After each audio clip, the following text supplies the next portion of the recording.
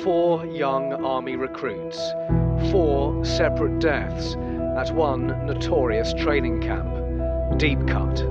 For 20 years, the parents of Cheryl James have campaigned for the truth into their daughter's death.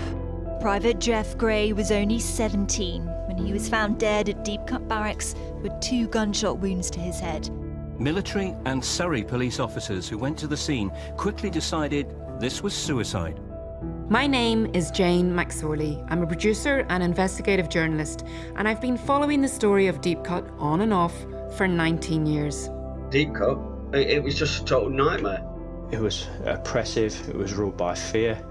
And I'm Colin Sutton, a retired Detective Chief Inspector, tasked back in 2002, 19 years ago, with leading the investigation into 2 of these deaths. You could see physical marks on the soldiers that could tell me that something was going on. The soldiers were that scared that would never tell you what happened. Deepcut was an army training camp in Surrey, England.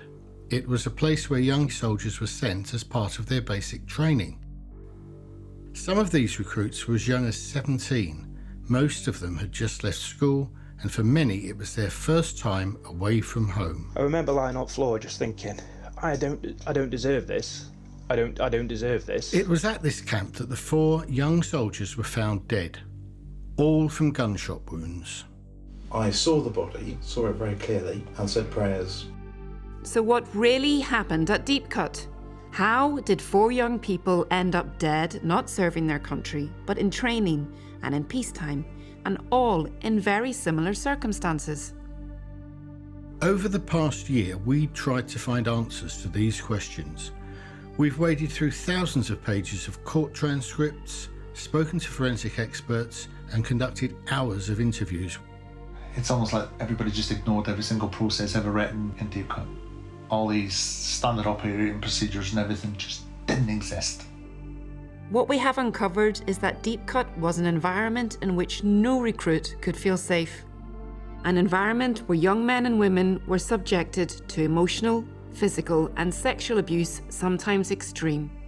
An environment where a known sexual predator was placed in a position of trust. This man had just ripped my world apart, ripped it apart, because I never knew things like that existed.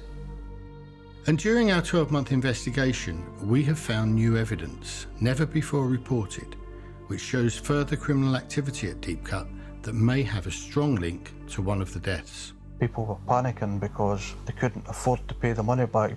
And we have uncovered something that was kept a secret by the army for nearly 20 years. No one wanted us to find this out. Bloody hell. It gets worse. But I don't know what to say. I'm shocked. Totally shocked. The door was closed and I then went in to check for life. You could clearly see he was dead. Join us for this investigative series, Death at Deepcut. This is Death at Deepcut, an Audible original.